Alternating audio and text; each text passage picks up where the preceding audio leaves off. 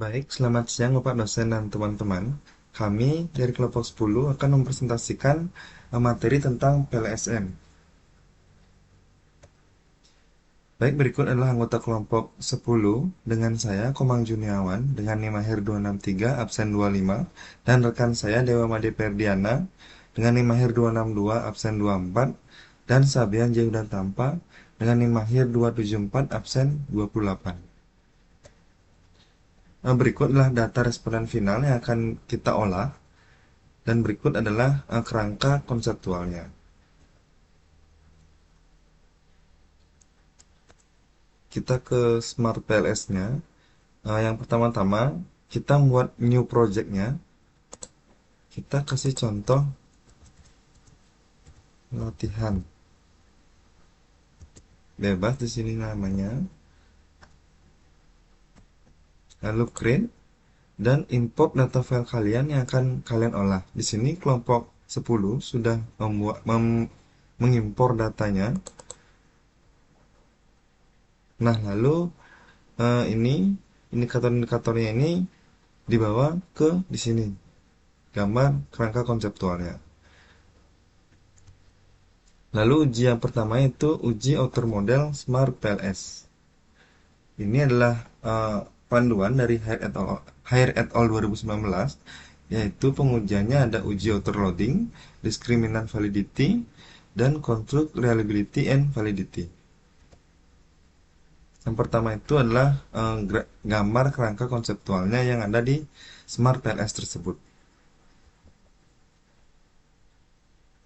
Lalu untuk outer model ini didapatkan dari Smart PLS ini. Kita kalkulin PLSM algorithm start calculation, lalu kita running bagian contract reliability and validity.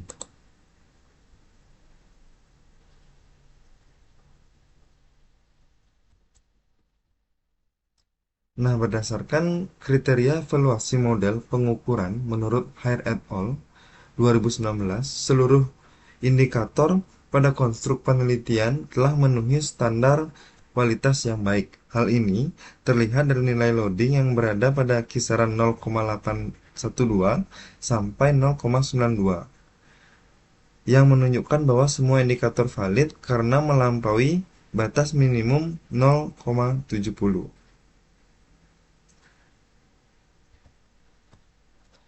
Uji yang pertama yaitu uji validitas konstruk. Kita ke Smart PLS-nya. Kita running yang outer loadingnya. Outer loadings. Ini outer loadingnya. Lalu kita ke PPT-nya. Jadi, berdasarkan pedoman Hire et al., indikator dinyatakan valid jika memiliki loading lebih besar sama dengan 0,70. Hasil menunjukkan seluruh indikator pada setiap konstruk memiliki nilai loading 0,728 hingga 0,952, sehingga seluruhnya memenuhi validitas konvergen. Semua indikator pada konstruk perceived risk, perceived trust, cell efficiency, performance expectancy, effort expectancy, social influence, hedonic motivation, price value, habit, intention to use, dan use behavior berada di atas batas minimum. Dengan demikian, seluruh indikator valid dan mampu merefleksikan konstruknya dengan baik, sehingga measurement model dapat dinyatakan layak. Lalu uji yang kedua yaitu uji validitas diskriminan. Yang pertama, Fornell and Lecker. Kita ke Smart PLS-nya. Lalu kita running discriminant validity. Di bagian Fornell Lecker criterion. Nah, ini adalah hasil output di Smart PLS-nya. Lalu kita ke PPT.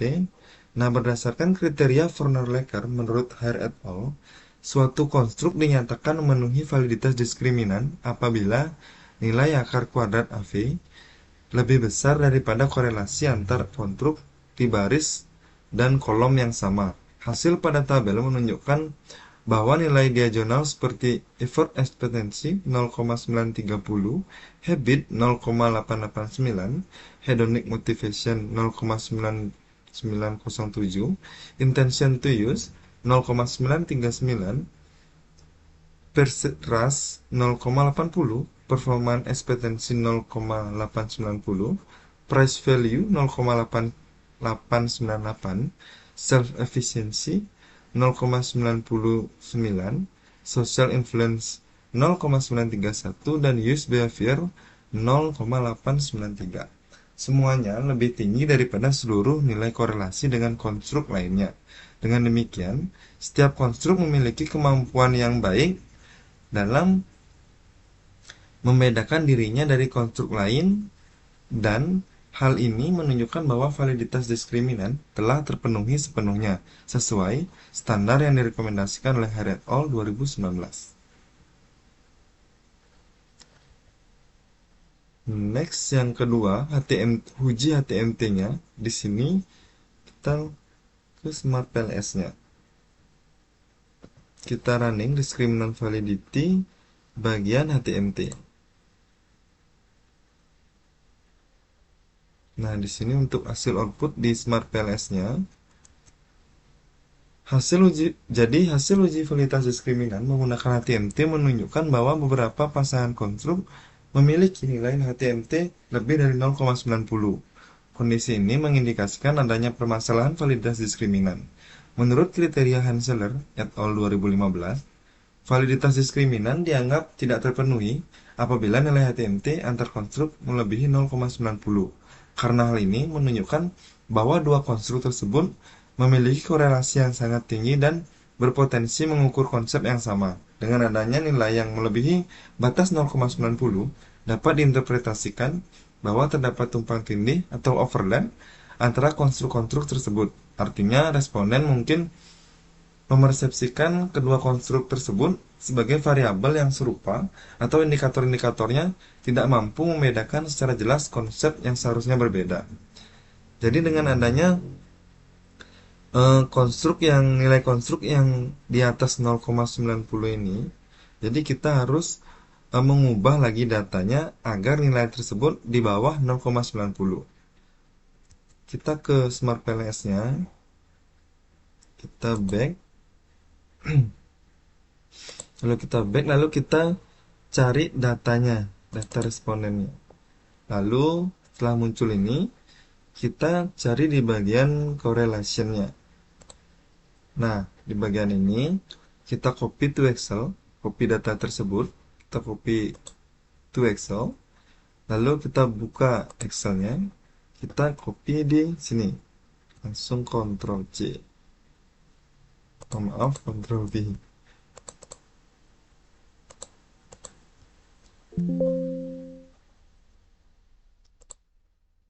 Copy to Excel, lalu, nah, setelah muncul seperti ini, konstruk yang tadi yang nilainya di atas 0,90 itu antara habit dan use behavior. Kita cari di Excel, habit. Untuk habitnya kita kasih tanda,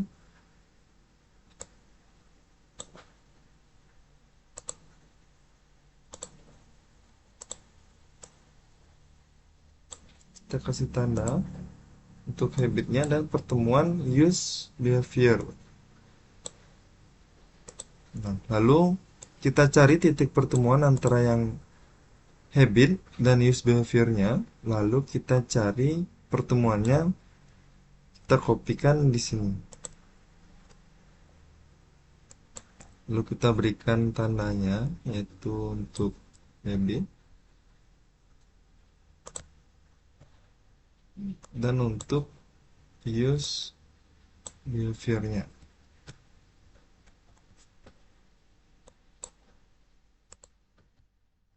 Nah, lalu setelah itu kita mencari nilai rata-rata dari pertemuan yang tadi ini dengan cara sama dengan average. Kita cari semua rata-ratanya. Oh, ini belum. Ini titik. Ini kita rubah dulu ke koma. Jadi setiap device atau laptop itu berbeda, ada yang titik ataupun koma. Jika kalian sama hasilnya seperti ini, maka kita rubah dulu ke formatnya ke koma. Ini titik, lalu koma.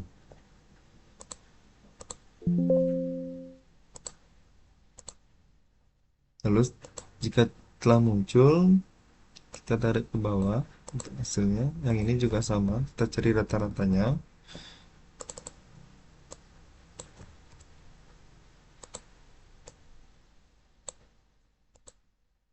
Nah, setelah semua muncul hasil rata-ratanya, kita cari hasil rata-ratanya yang tertinggi, yaitu di sini yang sebesar 0,7415. Kita kasih tanda 0,7415 ini adalah nilai dari rata-rata habit. Artinya, kita harus menghapus data di Smart PLS itu yang habit ini. Lalu ketika sudah menemukan nilai rata-rata yang terbesar, kita hapuslah di Smart PLS-nya. Kita back. Nah, di sini kita dapatkan tadi habit 4-nya yang nilai rata-ratanya terbesar. Lalu kita hapus di Smart PLS-nya. Kita klik habit 4-nya lalu kita delete. Nah, kita calculate ulang. Kita calculate LSM algorithm, langsung start calculation. Lalu kita mencari HTMT yang tadi, diskriminan. Kita cari HTMT-nya. Nah, ini adalah output di Smart PLS-nya. Nilai yang tadi antara habit dan use behavior, yang tadinya di atas 0,90, sekarang sudah berada di bawah 0,90.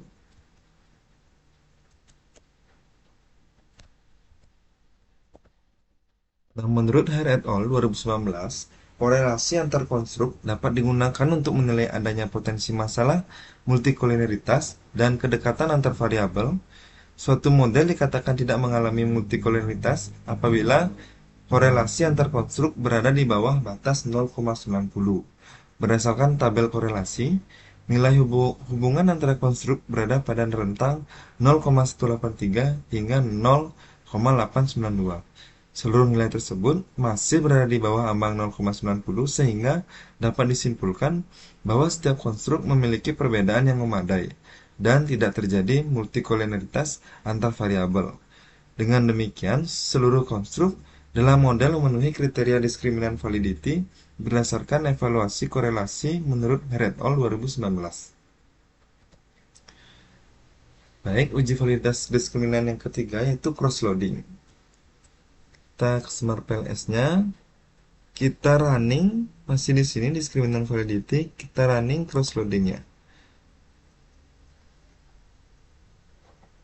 Nah, ini adalah output dari Smart PLS-nya. Jadi berdasarkan tabel cross-loading, setiap indikator menunjukkan nilai loading tertinggi pada konstruk yang diukurnya, dan seluruh nilai tersebut berada di atas ambang 0,70. Hal ini menandakan bahwa masing-masing indikator mampu merefleksikan konstruk asalnya dengan baik, karena loading terhadap konstruk sendiri lebih tinggi dibandingkan loading terhadap konstruk lainnya. Dengan demikian, model penelitian telah memenuhi validitas diskriminan berdasarkan uji cross-loading sebagaimana direkomendasikan oleh Hare et al. 2019. Baik, uji yang ketiga yaitu uji reliabilitas. Kita ke Smart PLS-nya. Kita running.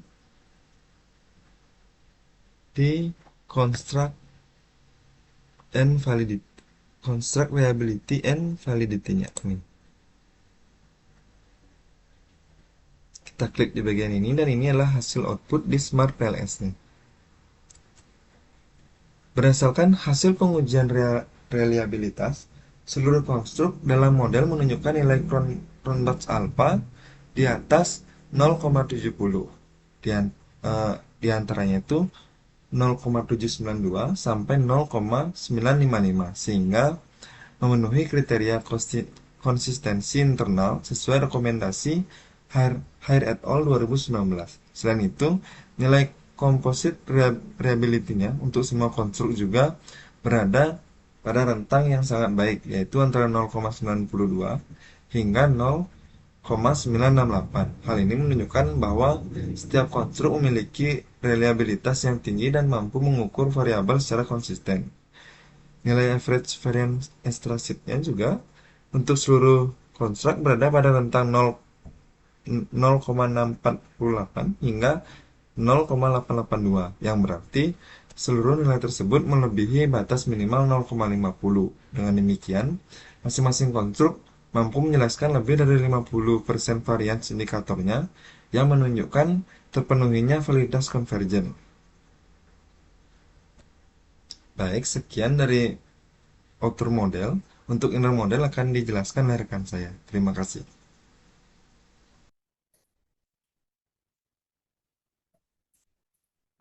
Baik, jika kita tadi sudah membahas outer model, untuk berikutnya kita akan membahas inner model dari Smart PLS. Nah, sebelum kita masuk ke hasilnya, kita perlu pahami dulu konsep dasarnya supaya saat menjelaskannya itu kita lebih mudah mengerti lagi. Jadi, inner model atau bisa kita sebut model struktural itu adalah bagian dari PLSM yang menguji hubungan sebab akibat antar konstruk. Ini adalah inti dari penelitian yang akan menjawab apakah variabel X ini benar-benar mempengaruhi si variabel Y. Jadi kalau outer model tadi, itu dia memastikan alat ukur kita itu bagus seperti timbangan yang akurat. Maka di inner model ini yang kita pakai itu adalah hasil penimbangannya. Apa sih yang sebenarnya kita mau ukur dan akan kita buktikan.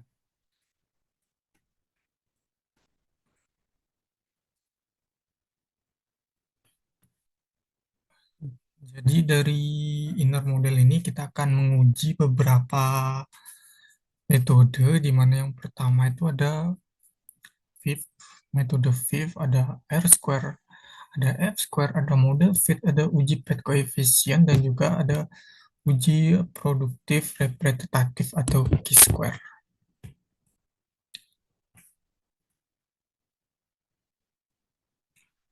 Nah, ini dia untuk nanti hasil ringkasan, hasil akhir dari inner model ini, itu nanti akan saya jelaskan lebih lanjut lagi di bagian akhir dari inner model. Kita sesuaikan saja dengan langkah-langkah yang sudah disesuaikan menurut et al. 2019. Itu kita yang pertama itu mencari yang namanya nilai FIF-nya atau variance inflation factor. Nah, ini dia untuk tabel 7 itu nilai FIF-nya. Jadi dari mana kita dapat nilai ini, itu kita dapetin di Smart PLS. Jadi kita buka Smart PLS-nya. Di sini kita cari ini collinearity statistic atau FIF. Kita klik saja. Nah, angka-angka ini sudah sama persis seperti yang ada di PowerPoint kami. Jadi kita ngambilnya dari sini untuk nilai FIF-nya. Nah, dari banyaknya indikator ini kita bisa lihat ada tabel FIF ini, dia ada 4 indikator dengan nilai di atas 0,5. Tadi kan di syarat-syaratnya ini ketika FIF-nya itu di atas 5, itu dia ada multikolinearitas. Sedangkan ketika FIF-nya dia berada di antara 3 sampai 5, multikolinearitasnya itu dia cukup tinggi, dan ketika dia di bawah 3 maka dia tidak ada multikolinearitas. Kita balik lagi ke tabel VIF-nya. Nah, ini kan ada 4 indikator yang nilainya di atas 0,5. Ada EE2, variabel EE2, ada variabel INT2, ada variabel INT3, dan juga variabel SI2. Kan semua nilainya itu di atas 0,5. Nah, perlu kita tahu bahwa VIF atau variance inflation factor, dia ini mengukur multikolinearitas, yaitu kondisi di mana dua atau lebih variabel itu dia terlalu berkorelasi tinggi sehingga sulit untuk membedakan pengaruh masing-masingnya. Nah, jika nilai VIF-nya di atas 5, apakah terdapat masalah dalam penelitian ini? Jadi, nilai VIF-nya yang tinggi di indikator itu dia tidak masalah untuk khususnya khususnya itu untuk model reflektif atau reflective measurement model. Jadi karena dalam model reflektif ini dia indikator-indikator ini kan dia itu adalah cerminan atau akibat dari konstruk, bukan penyebabnya. Nah, indikator reflektif ini diharapkan dan diperbolehkan berkorelasi tinggi karena mereka semua itu mengukur konstruk yang sama. Jadi yang harus dicek untuk inner model ini dia tuh adalah VIF antar konstruknya, bukan VIF indikator. Nah, itu berarti ketika nilai VIF-nya di atas 5 untuk reflektif model ini, maka kita tidak perlu lagi untuk menghapus variabel tersebut. Karena eh, karena itu seperti yang saya katakan tadi, itu tidak menjadi masalah sama sekali karena semua konstruk dalam penelitian ini menggunakan model pengukuran reflektif. Jadi VIF tinggi di indikator ini dia hanya bermasalah untuk model formatif atau formatif measurement model. Jadi formatif model ini dia indikatornya itu adalah penyebab dari konstruk itu. Beda halnya dalam model reflektif, di mana indikator itu adalah efek atau cerminan dari konstruk. Jadi korelasi tinggi antar indikator itu hal yang normal ya, yang dapat diterima dalam menurut teori PLSM ini. Yang paling penting itu kita cek itu nilai outer loadingnya ya, itu yang paling penting. Jadi, ketika outer loadingnya di atas, di bawah ambang batas 0,70, maka pastinya itu harus segera disingkirkan variabel tersebut karena akan menjadi masalah untuk ke depan. Ya, berbeda halnya dengan nilai VIF ini, dia jika nilainya angkanya merah itu kita tidak perlu mengubah lagi seperti itu. Oke, kita lanjut ke uji berikutnya, yaitu uji R-square atau koefisien determinasi. Sini sudah tertera untuk tabel R-square-nya. Yang perlu kita cari itu, kita buka PLSM, kita cari R-square-nya. Nah, ini hasil yang didapat, ada dua variabel dependen, sama seperti hasil nilainya sama seperti yang ada di tertera di PPT tadi. Bisa kita lihat untuk nah, untuk variable dependent intention to use itu nilai R-square-nya 0,795 atau 79,5%. Sedangkan nilai R-square adjust-nya itu 0,784 atau 78,4%. Sedangkan untuk use behavior-nya 0,768 atau 76,8%, dan R-square adjust-nya 0,766 atau 76,6%. Nah, dari nilai tersebut kita lihat masuk kategori mana si R-square-nya ini. Ini ya masuk kategori ini di atas 0,75 atau sangat kuat. Nah, eh, jadi bisa kita simpulkan bahwa kedua nilai R-square ini dia termasuk dalam kategori substansial atau 0,75 menurut kriteria Hare et al. Tadi. Nah, dia mengkonfirmasi kekuatan penjelasan model yang sangat baik. Nilai R-square untuk intention to use itu 0,795, R-square edges 0,784 mengindikasikan bahwa 79,5% variasi dalam niat menggunakan teknologi dapat dijelaskan oleh 9 prediktor dalam model. Nilai R-square untuk use behavior adalah 0,768, R-square edges 0,766 menunjukkan bahwa 76,8% variasi dalam perilaku penggunaan aktual dapat dijelaskan oleh intention to use dan juga habit.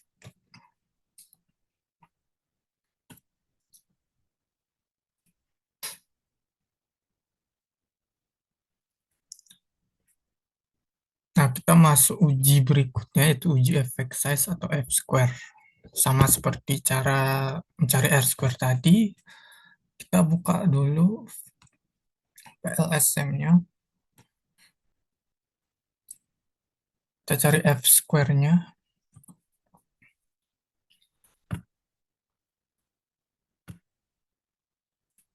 Nah, ini dia untuk nilai F-square-nya. Kita balik ke PPT lagi. Nah, jadi F-square ini dia mengukur kontribusi unik masing-masing prediktor terhadap R-square-nya. Jadi ketika intinya jadi ada tim basket ini dengan 5 pemain, dia totalnya itu mencetak 100 poin. Nah, kita mau tahu kontribusi masing-masing pemainnya seperti apa. Nah, F-square ini dia akan mengukur kalau pemain A ini dia tidak main, berapa sih poin yang akan hilang, dan semakin besar poin yang hilang, maka pemain itu akan pastinya semakin kontribusinya akan semakin penting lagi. Kita balik lagi. Nah, ini dia kriteria F-square-nya ketika dia nilainya 0,02, dia itu kecil atau artinya tidak ada efek. Prediktornya dia tidak penting. Sedangkan nilainya 0,15 sedang, itu dia masuk ke kategori yang small effect atau efek kecil tapi uh, ke apa meaningful gitu. Sedangkan berikutnya itu 0,35 atau besar. Dia masuk ke large effect atau efek besar, dan ini akan sangat penting. Nah, bisa kita lihat untuk uh, ada 5 variabel yang memiliki uh, nilainya di bawah 0,02. Untuk effort ekspektasi, untuk hedonic motivation, untuk perceived risk, perceived trust, dan juga self efficacy. Nah, dari hasil tersebut dapat disimpulkan bahwa kontribusi paling besar itu dia berasal dari variabel intention to use terhadap use behavior dan hedonic motivation terhadap use behavior yang bernilai large effect dan medium effect. Sementara itu untuk uh, kategori small effect dan sama mohon maaf untuk variabel lain yang ada yang masuk kategori small effect dan juga tidak ada efek atau trivial.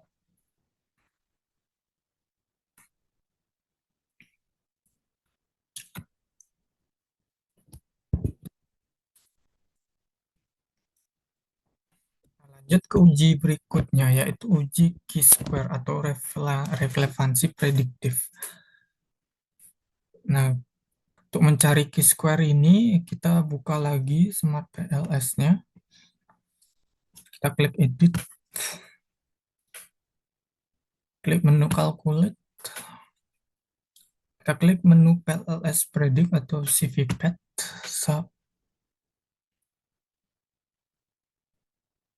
klik Start Calculation.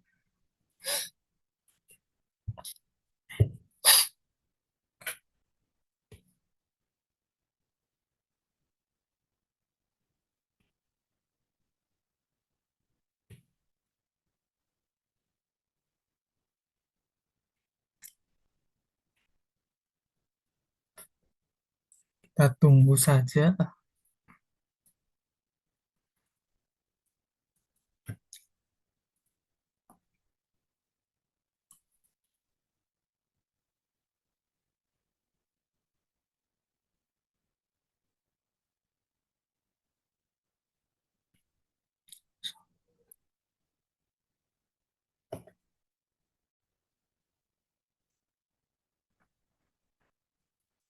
Cukup lama ya,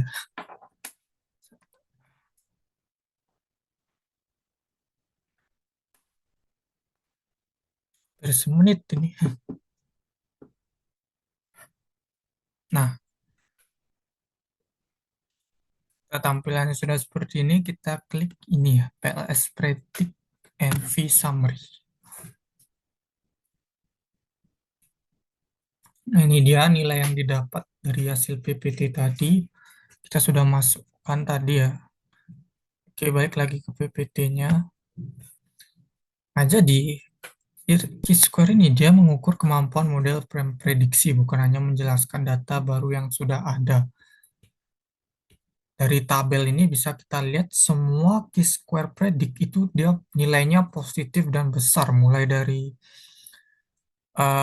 variable intention to use dari int1 dan int4, dan juga variable dependent use dari use1 hingga use4. Semua itu di atas 0,50 atau large predictive relevance. Nah, jadi setelah kita tahu berapa nilai square predict-nya, setelah itu kita akan bandingkan error prediksi model tadi, PLSM, dengan linear model atau LM. Bisa kita lihat di sini, yang jadi patokan itu kita perlu fokus ini bagian ini, PLSM RMSE, PLSM MAE dengan linear model RMSE dan linear model MAE. Itu bisa kita lihat untuk ketika dari hasil tabel ini bisa kita lihat bahwa prediksi model PLSM menunjukkan bahwa total 8 dari 8 indikator dia ini mengungguli linear modelnya. Jadi ketika nilainya semakin kecil, maka error yang dihasilkan juga pastinya akan semakin kecil lagi, yang artinya hasil untuk memprediksinya ke depannya itu akan lebih akurat ke depan nantinya. Kan dari INT1 sampai seterusnya itu kan PLSM, model PLSM-nya dia lebih unggul atau nilai lebih kecil dari model linear modelnya. Nah, menurut kriteria Hare et al. 2019, kalau semua indikator model PLSM ini mengungguli linear model, maka model itu memiliki high predictive power. Jadi, model penelitian ini dia tidak hanya kuat di dalam menjelaskan data yang ada, tapi juga dia sangat baik dalam memprediksi data yang baru ini. Jadi, ini mengkonfirmasi bahwa hasil penelitian ini dapat digeneralisasi dan reliable untuk aplikasi praktisnya. Seperti itu untuk Q-square-nya. Kita lanjut uji berikutnya. Nah, uji berikutnya itu kita akan membahas uji model fit atau goodness of fit. Untuk mencarinya, kita balik ke Smart PLS. Kita klik edit, klik calculate, klik menu PLSM algorithm kembali, start calculation.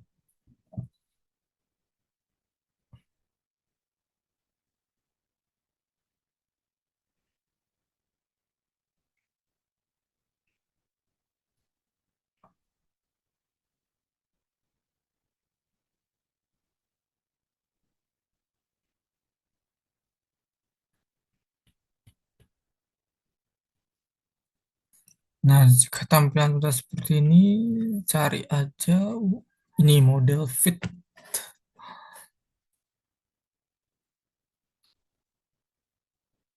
Nah, ini bisa kita lihat hasilnya sama seperti yang ada di VVT.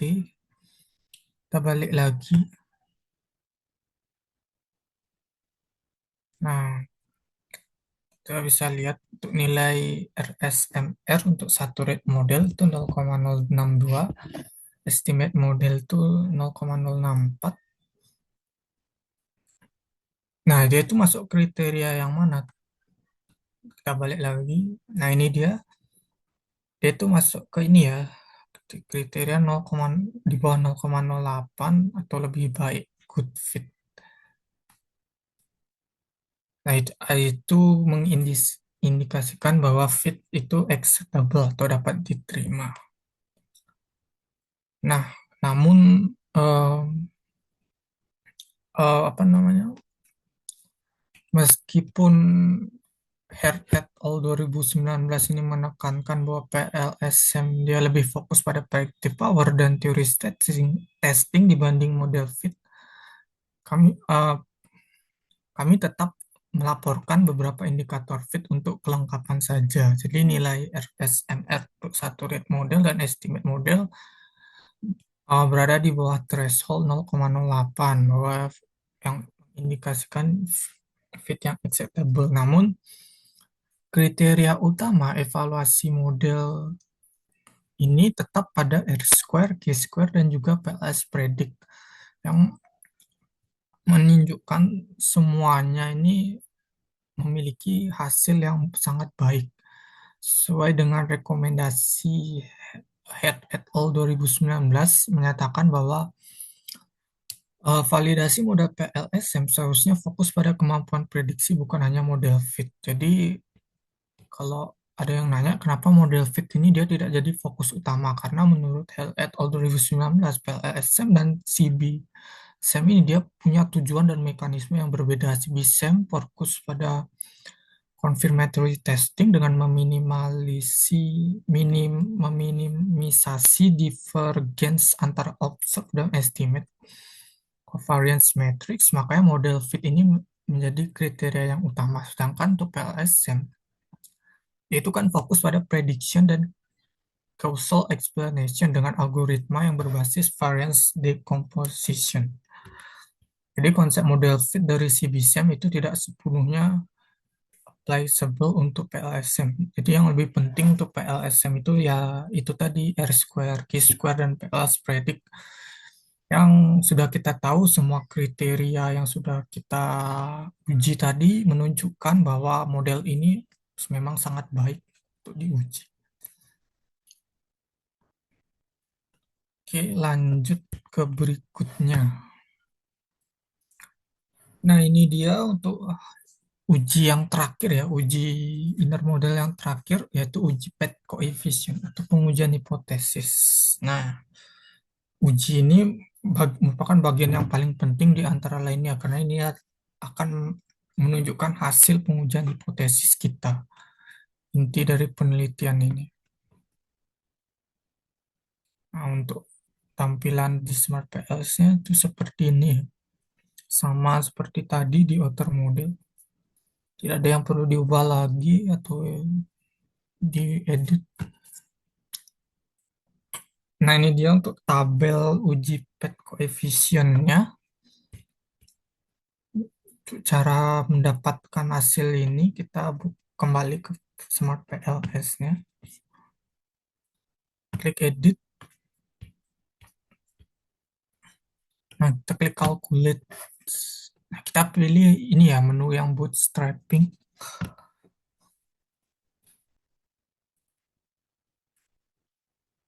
Nah, untuk confidence interval method, kita pilih yang bias correction and accelerate atau BCA bootstrap. Karena supaya nanti hasil yang didapat itu akan lebih akurat lagi dan biasnya akan berkurang.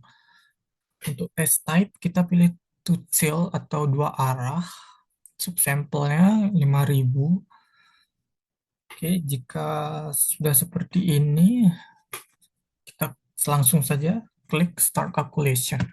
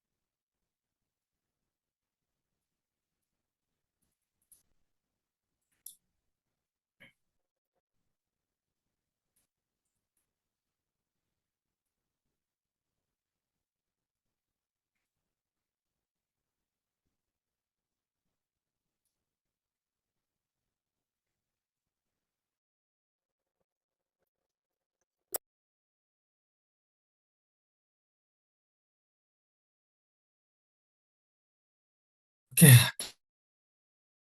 sama ya. Mungkin karena tergantung laptop masing-masing, mungkin sini mungkin tidak bisa cepat ya. Oke, jika tampilannya seperti ini, kita cari pad coefficient ya. Ini dia, kita klik saja.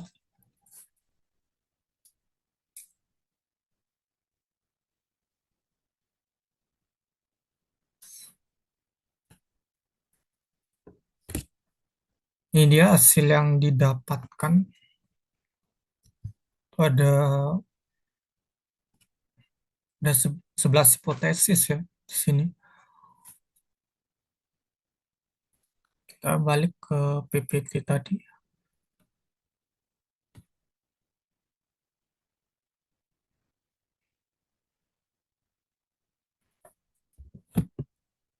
Kita lihat dulu untuk hipotesis yang pertama, yaitu export expectancy terhadap intention to use. Dengan nilai original sample atau nilai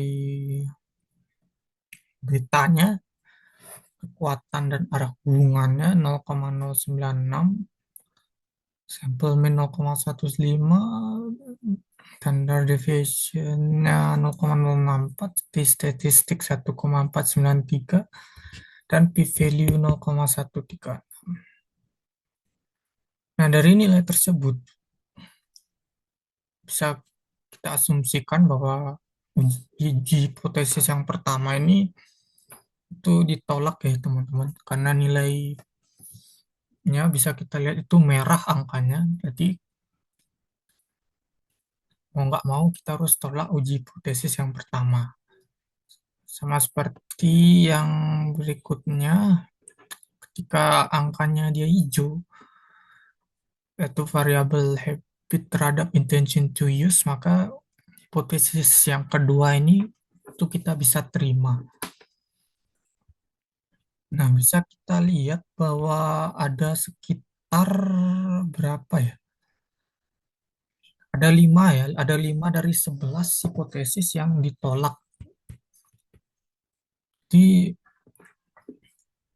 sedangkan begitu sebaliknya, hasil pengujian hipotesis menunjukkan bahwa 6 dari 11 hipotesis didukung secara signifikan, di mana yang paling menonjol itu kita ini ya hubungan intention to use terhadap use behavior. Ini hipotesis yang kelima, nilainya itu kan 0,548 ya. Jadi menonjol deh hubungannya.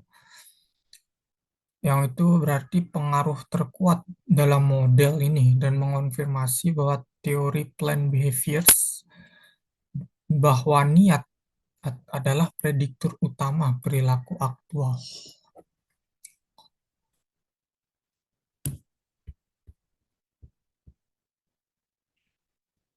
Lalu 5 hipotesis yang tidak terdukung secara signifikan tadi, itu yang paling menarik bisa kita lihat itu yang perceived risk itu praktis dia sama sekali tidak berpengaruh ya.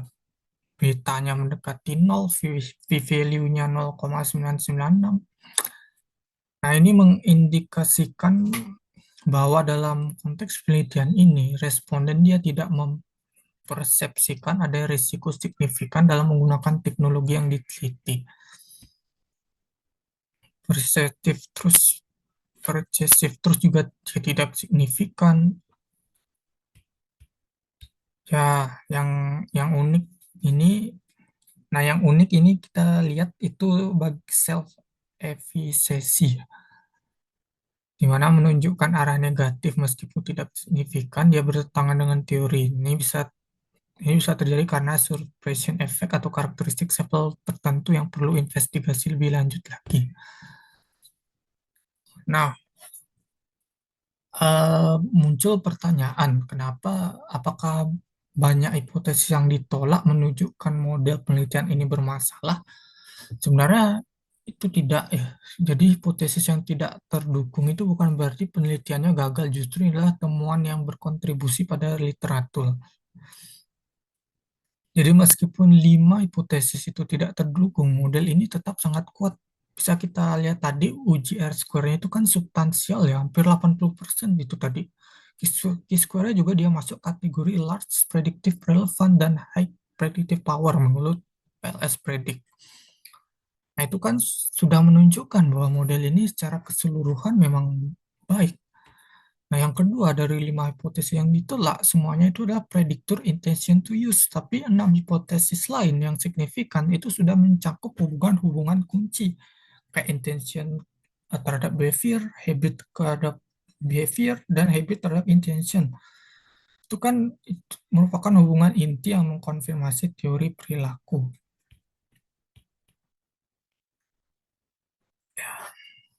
Seperti itu ya.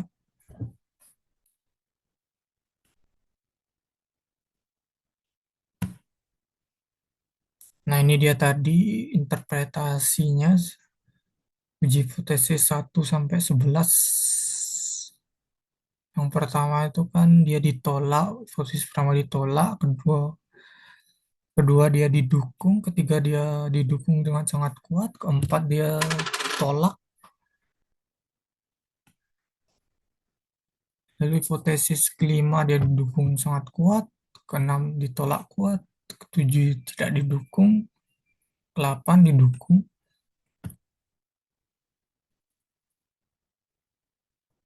Yang kesembilan dia didukung, hipotesis 10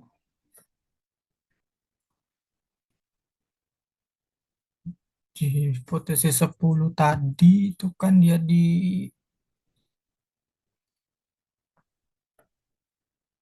ditolak dan hipotesis 11 dia didukung.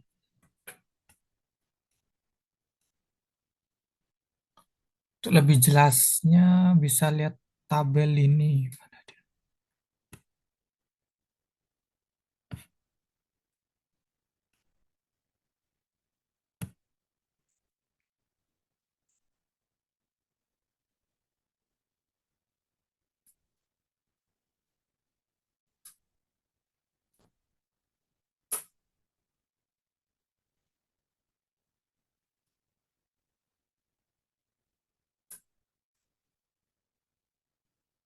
Nah, ini dia.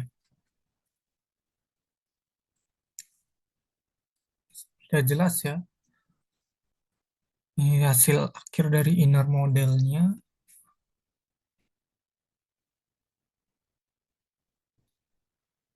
Oke, mungkin cukup sekian dulu untuk pembahasan mengenai inner model di Smart PLS-nya. Untuk uji berikutnya itu uji robustness check. Nah, itu akan dijelaskan oleh teman saya. Untuk itu, saya mengucapkan terima kasih atas waktu dan tempatnya. Saya kembalikan lagi kepada rekan saya. Terima kasih. Baik, perkenalkan nama saya Samian Taba. Di sini saya akan menjelaskan bagaimana melakukan robustness check di Smart PLS. Jadi dalam robustness check di Smart PLS, hipotesis bukan hipotesis substantif utama, melainkan hipotesis metodologis untuk memastikan bahwa hasil hubungan struktural benar-benar robust. Jadi robustness check itu ada 4 macam. Yang pertama CTA PLS, yang kedua nonlinear effect, dan yang ketiga itu ada endogeneity, dan yang keempat itu adalah heterogeneity. Baik, untuk yang pertama, itu ada CTA PLS. Jadi untuk melakukan CTA PLS itu kita akan kalkulasi dulu dan cari menu yang ada yang bernama CTA. Nah, habis itu, di sini saya memakai subsampel sebanyak 10.000 dan kita mulai kalkulasi. Jadi kayak begini hasilnya. Jadi konstruk dengan p-value 0,05 itu ada bagian effort ekspektasi. Sebuah kombinasi memiliki p-value di atas 0,5 dan CI melintasi 0. Yang kedua, intention. Semua kombinasi memiliki p-value di atas 0,5 dan CI melintasi 0. Dan terakhir tuh ada persistence. Sebagian besar kombinasi memiliki p-value 0,5. Hanya beberapa kombinasi dengan p-value rendah yang masih berada di ambang batas, namun CI masih dekat dengan 0. Meskipun ada beberapa kombinasi indikator yang memiliki p-value yang signifikan, rentang interval kepercayaan tetap sempit dan tidak melewati batas penting. Artinya, tidak ada bias yang benar-benar berpengaruh sehingga konstruk tetap reliable. Dengan demikian, dapat disimpulkan bahwa model pengukuran reflektif secara keseluruhan valid dan tidak memerlukan modifikasi secara spesifikasi model kecuali untuk persifris yang dapat diperiksa lebih lanjut meskipun secara praktis masih dapat dipertahankan. Nah, untuk selanjutnya itu ada nonlinearity. Untuk menemukan nonlinearitas ini, kita klik ke bagian quadratic effect dan bakal gambarnya akan seperti begini. Dan untuk gambarnya akan seperti begini. Dan itu semua quadratic effect-nya diklik di bagian yang di mana data tersebut tersambung. Dan selanjutnya itu kita melakukan kalkulasi, melakukan bootstrapping. Nah, di sini saya menggunakan subsampel sebanyak 5.000. Kita mulai kalkulasinya. Dan hasilnya itu seperti ini. Dari hasil tersebut hanya hubungan habit, intention, dan habit use behavior yang memiliki p-value di bawah 0,05, namun nilai estimasi koefisiennya relatif kecil, sehingga pengaruhnya dalam model dapat dianggap terbatas secara praktis. Secara keseluruhan, hasil ini mengindikasi bahwa hanya variabel habit yang secara signifikan mengaruhi intention dan use behavior, sementara mayoritas variabel lain tidak menunjukkan pengaruh yang signifikan.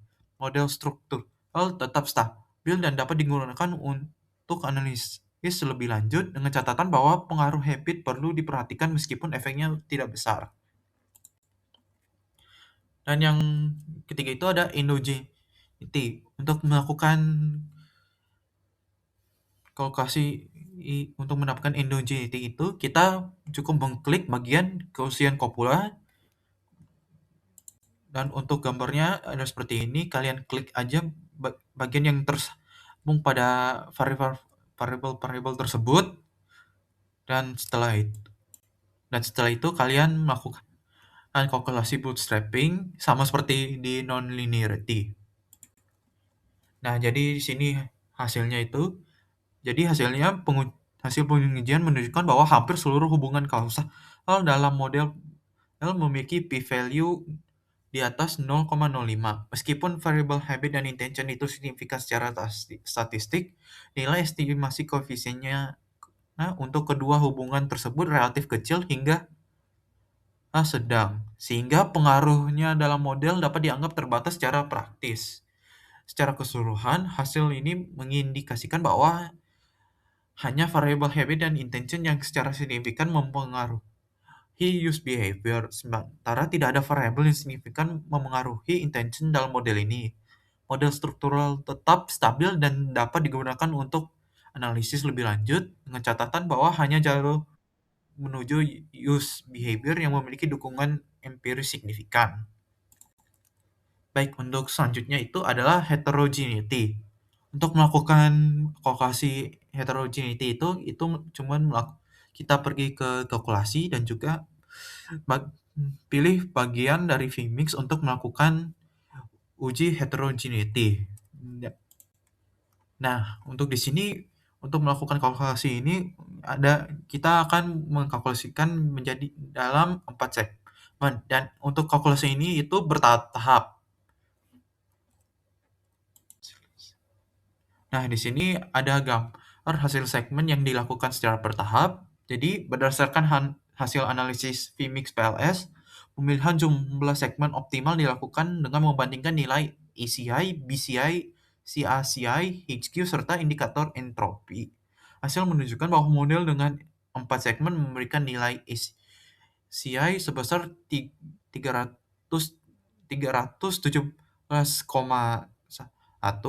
dan BCI-nya adalah 489,9 dan HQ dengan nilai 387,2.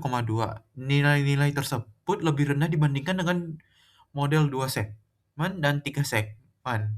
Hal ini menunjukkan bahwa model 4 segmen memiliki kecocokan model terbaik secara statistik berdasarkan kriteria informasi.